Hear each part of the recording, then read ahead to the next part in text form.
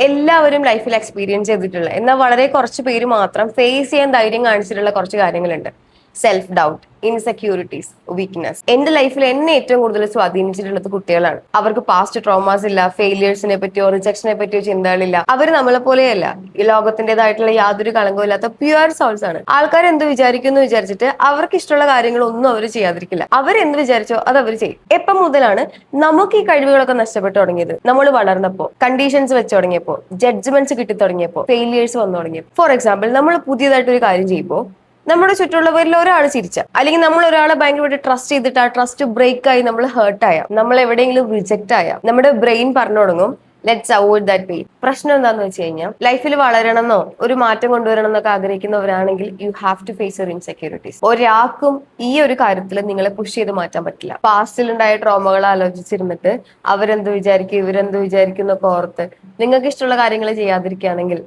Please fix. ആളുകൾ എന്ത് വിചാരിക്കുന്ന ഓർത്ത് അലമാരയിൽ ആരും കാണാതെ മാറ്റി വെച്ച ഡ്രസ്സൊക്കെ ഇല്ലേ, അതൊക്കെ ഒന്ന് എടുത്തിട്. പോണം എന്ന് വിചാരിച്ചിട്ടുള്ള ആ സ്ഥലമില്ലേ, അവിടെയൊക്കെ ഒന്ന് പോയി കാണ്. Please do it.